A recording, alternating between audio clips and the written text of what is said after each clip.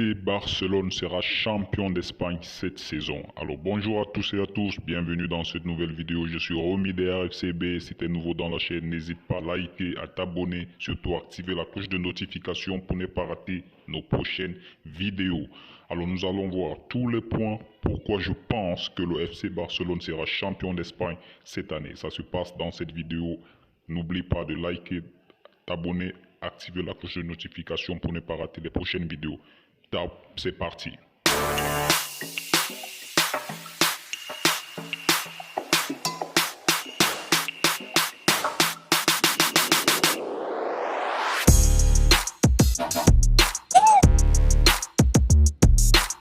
Alors nous allons commencer cette vidéo en présentant les images de l'Albiceleste à Buenos Aires lors de l'arrivée triomphale des champions du monde avec le capitaine Lionel Messi qui présente la coupe à toute la foule venue très nombreuse du côté de Buenos Aires.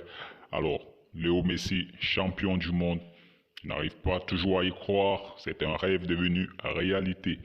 Alors, allons dans le sujet qui nous amène ici. Le FC Barcelone champion d'Espagne, oui, pourquoi? Lorsqu'on considère tous les absents, tous les blessés que le FC Barcelone a eu en début de saison, donc premier point, les blessés. Nous avons perdu Ronald Araujo, nous avons perdu Jules Koundé, nous avons perdu Christian Eriksen, Frenkie de Jong, Sergi Roberto.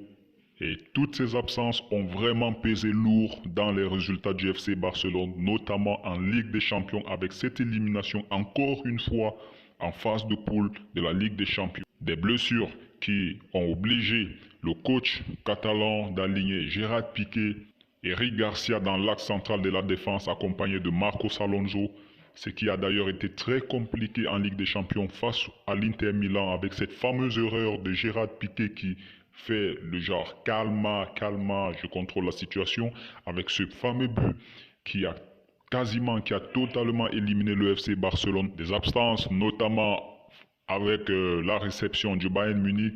Bon, on peut dire que dans ce match, il n'y avait quasiment plus rien à faire parce que de l'autre côté, l'Inter assassinait déjà le Viktoria Plzen. Donc face au Bayern, nous étions déjà éliminés. Mais au moins pour l'honneur, il fallait faire un bon résultat au Camp Nou devant nos supporters. Et ce qui n'a d'ailleurs pas été le cas vu que nous avions encore encaissé un lourd score face aux Bavarois. Malgré ces absences, le FC Barcelone a maintenu la cadence en championnat en terminant premier en première partie de saison avec 37 points dont 2 points d'avance sur le rival madrilène. Et lorsqu'on imagine que malgré ces absences, il y a eu ces résultats, notamment la dernière journée avec le déplacement à Osasuna avec ce fameux carton rouge reçu par Robert Lewandowski dès la 30e minute de jeu, ce qui veut dire que le Barça a quasiment joué plus d'une heure de jeu à 10 contre 11 et Gérard Piqué lui aussi qui prend le carton rouge à 49e minute en contestant face à l'arbitre Gil Manzano que tout le monde connaît déjà du côté du FC Barcelone, ces arbitres qui ne nous rendent jamais la tâche facile avec les retours de tous ces blessés. Alors on peut déjà imaginer la force de frappe que pourra avoir cette équipe en deuxième partie de saison. Deuxième point maintenant, l'expérience des jeunes comme Gavi, Pedri, retour du mondial.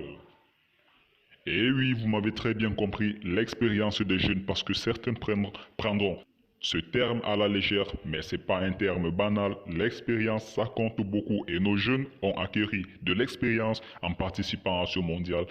En revenant et avec plus de repos, la force de caractère et la force de l'expérience que cette jeunesse aura, ça sera tout simplement une autre force de frappe de cette équipe catalane. Surtout pas sous-estimée. Nous espérons qu'ils nous apporteront encore beaucoup plus qu'en première partie de saison pour notamment nous faire vibrer, nous donner ce titre tant attendu depuis le fameux titre reçu en 2019. Le troisième point de cette vidéo, c'est la force mentale que Xavi a apporté à cette équipe.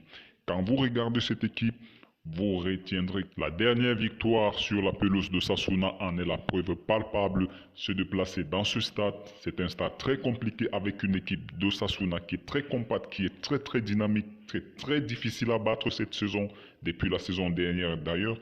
Alors, on peut comprendre, il y a cette force mentale qui est arrivée en supplément, inculquée par Xavi Hernandez, avec tous les retours des blessés, l'expérience acquise par les jeunes et la force mentale, la force de caractère qu'apporte Xavi dans ce groupe, alors on peut être sûr que cette équipe sera toute une autre équipe en deuxième partie de saison et vous verrez. Et le quatrième et dernier point, c'est l'arrivée des jeunes, la montée des jeunes de la Masia comme Chadi Riyad que vous pourrez voir en début de deuxième partie de saison qui remplacera Gerard Piqué numériquement qui est parti en retraite.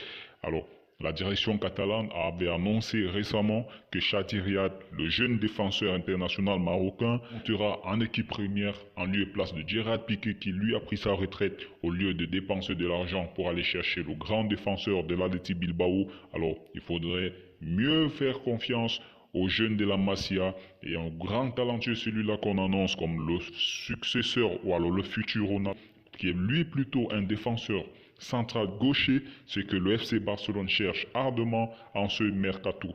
Un défenseur central gaucher et on l'a trouvé avec la jeune pépite de 19 ans, Chadi Riyad. Il y aura notamment une autre surprise, une petite surprise. Bon, lui pourra jouer peut-être les matchs de Coupe du Roi ou alors peut-être Xavi. Comme il aime bien surprendre, il pourrait bien nous surprendre en Super Coupe d'Espagne avec ce jeune qui pourrait faire ses débuts face au Real Betis avec le petit Lamine Yamal qui est annoncé comme le digne successeur de Lionel Messi. Bon, j'aime pas notamment faire des comparaisons avec la Pulga, vous savez c'est le meilleur joueur de tous les temps. Pour tous les Barcelonais, c'est le meilleur joueur de tous les temps. N'en déplaise aux pros, bon, on ne va pas citer ici. Mais vous m'avez compris. Alors c'est ici que prend fin cette vidéo les gars.